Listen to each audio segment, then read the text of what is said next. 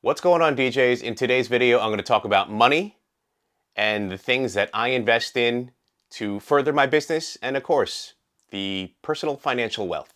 Stick around.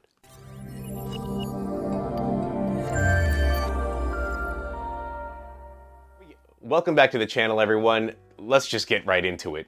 There's no sponsor. It's just me talking to you about money.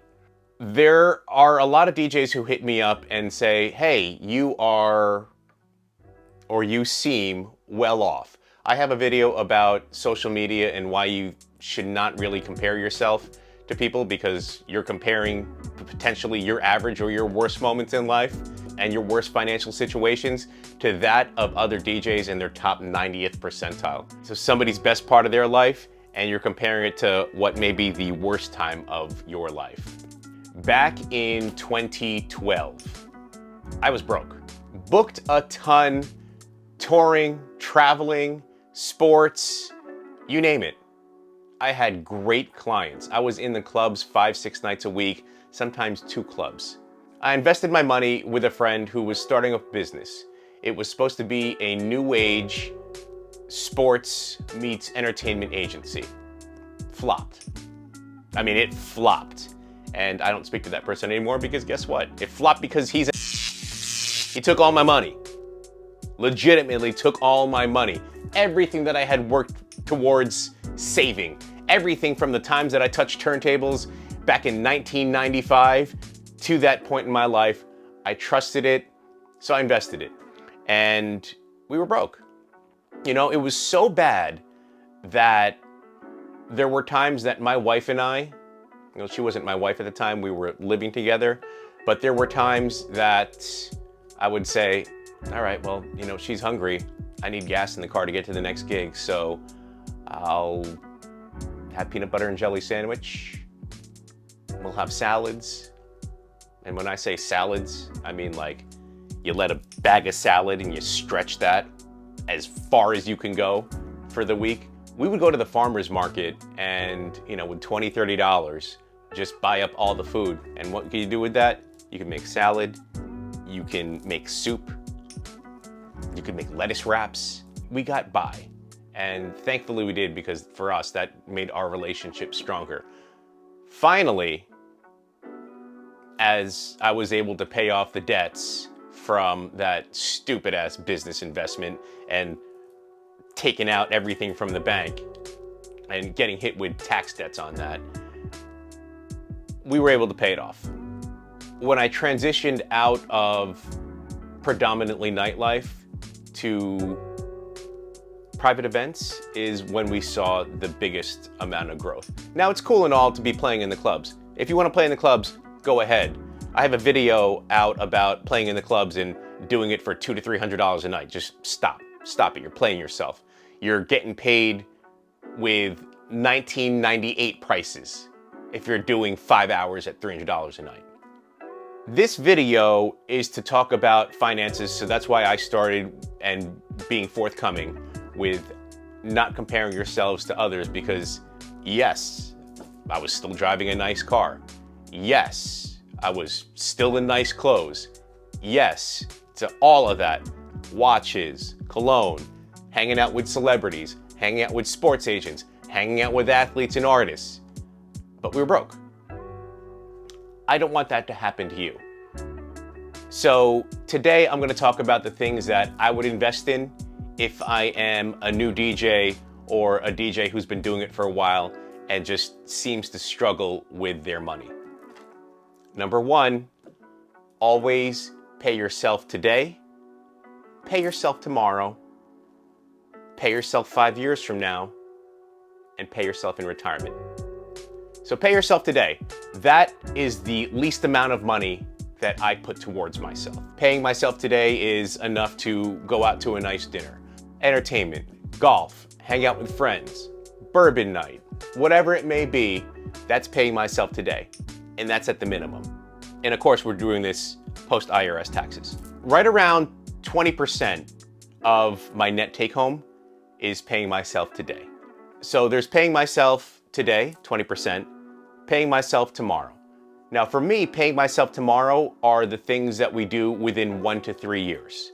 Are we going on an expensive vacation that we want to save for? Are we doing something like, is a new car coming within the next year, maybe 2 years?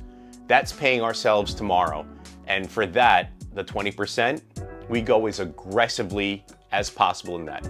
That has crypto, ETFs, VOO, QQQ, and the more volatile things that I'm not going to discuss with you because I'm not a licensed broker. I can recommend you some if you want to hit me up. We're pretty aggressive in that 1 to 3 year bucket. Paying ourselves 5 years from now. That's anything that you see, the 5 to 10 year window. Do you need a new roof? Hot water heater, instant heater. That is paying ourselves 5 to 10 years. Generally, I will do that as 15%. So now we're at 55%. Paying ourselves in retirement. I try to max out as best as I can the tax-free allotment that you were allowed. So if you make under $150,000 as a full-time employee, you can invest $6,500 into an IRA Roth that is tax-free. Do it. $6,500 pre-tax, you won't even recognize that being taken out of your account. As a small business owner, you can go up to $150,000. So do whatever you feel is right for you in your day-to-day. Now, I always try to say, if you can throw 10 to 12% into your 401k, into your investment account for the future for retirement, that's pretty damn good. If you could throw 15%, that's even better. My wife and I were around that, 12 to 15% mark for our long-term goals. And that's of course handled by investors. We always use a brokerage. We trust them to invest our money. They've been doing it longer than us. So yeah, shout out to you guys who learned how to do this during the pandemic, or now you feel free because you have extra money. Cool. Why don't you go trust somebody that's been doing it for 20, 25 years and they've seen the entire cycle. We're right around that 70%. What do I do with the other 30%? 25% is pretty much what your standard living is from your house, your rental. If you can get a little lower, that's great. That's everything. Your bills, your general cost of living. That's where you should be in that 30%. If you readjust it and you have a business that you're trying to grow, pull things from different buckets. Don't take my percentages because those are the percentages that I've been using. Those are the percentages that I've spoken to our wealth managers about. Your percentages, you can work it out to what's comfortable for you. And shout out to all the DJs who hit me up to ask me about this. And I am going to say gear acquisition lightly, but go acquire yourself some gear. Here's why. It doesn't have to be the most expensive gear. It just has to be something that is functional, will serve your clients, you could use, maybe even multitask with, and you could bill for it. Does your client look at it and say, oh man, that's Chauvet lighting? No. They look at your packages and they say, I want the uplights. So why spend the money on Chauvet lighting at the ultra premium? Yes, it's super reliable, but guess what? There's a lot of those American-made, smaller brands, Chinese brands, Korean brands now, and even Japanese brands that are on the come up, and it's like a third of the cost. I'm gonna even tell you that our lighting packages, we even went from the Chauvet American DJ, and we're trying out some of the stuff. These are Rockville par lights that I'm using right now, and they're beautiful, right? So you can get an entire set. You could light your facade for under 300 bucks, and they're DMXable, and they're remote control. Meanwhile, well, I want to flex with, par fours from X company. You're going to spend $1,500 a light. So just to light your facade, you got $6 grand there when you could have had a savings of $5,400, again, and invest that in something else. I say gear acquisition, and I say it lightly because it does a few things for you. One, with more gear, you could work with the other DJs who you've networked, and you could handle more parties in a night. You can handle more events in a night. Number two, your packages.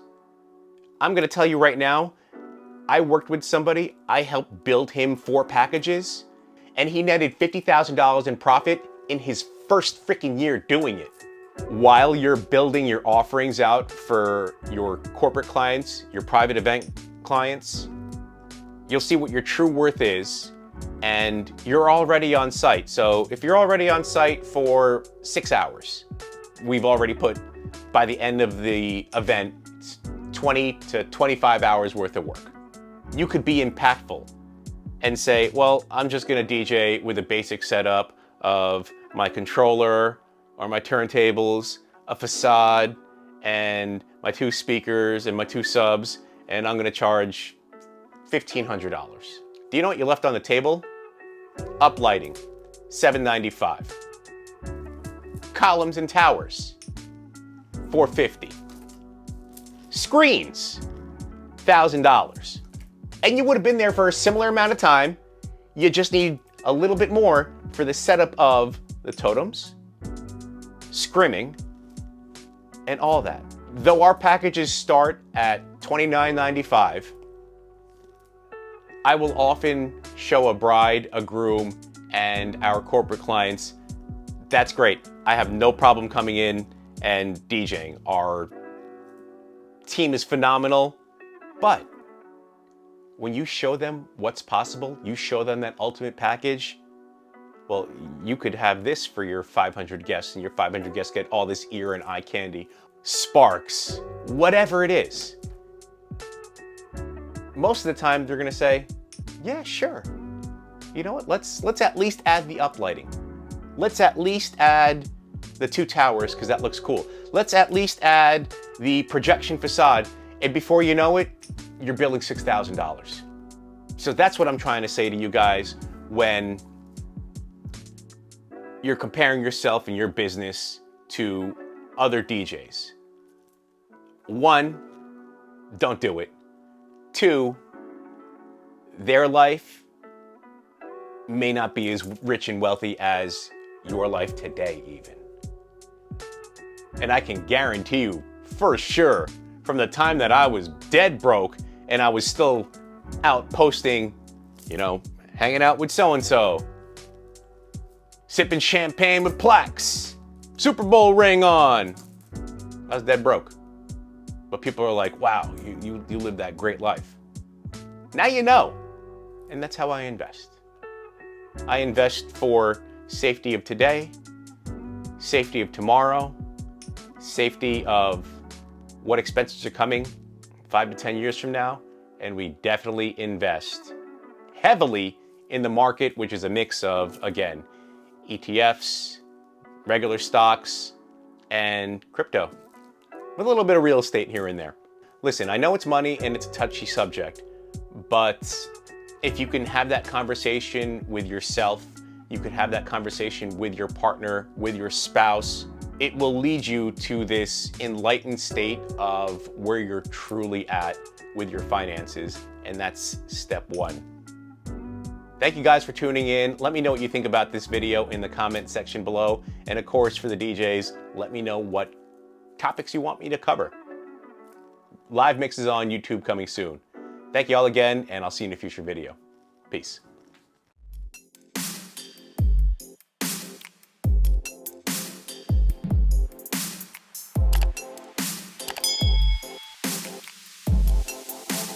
DJ Yoshi.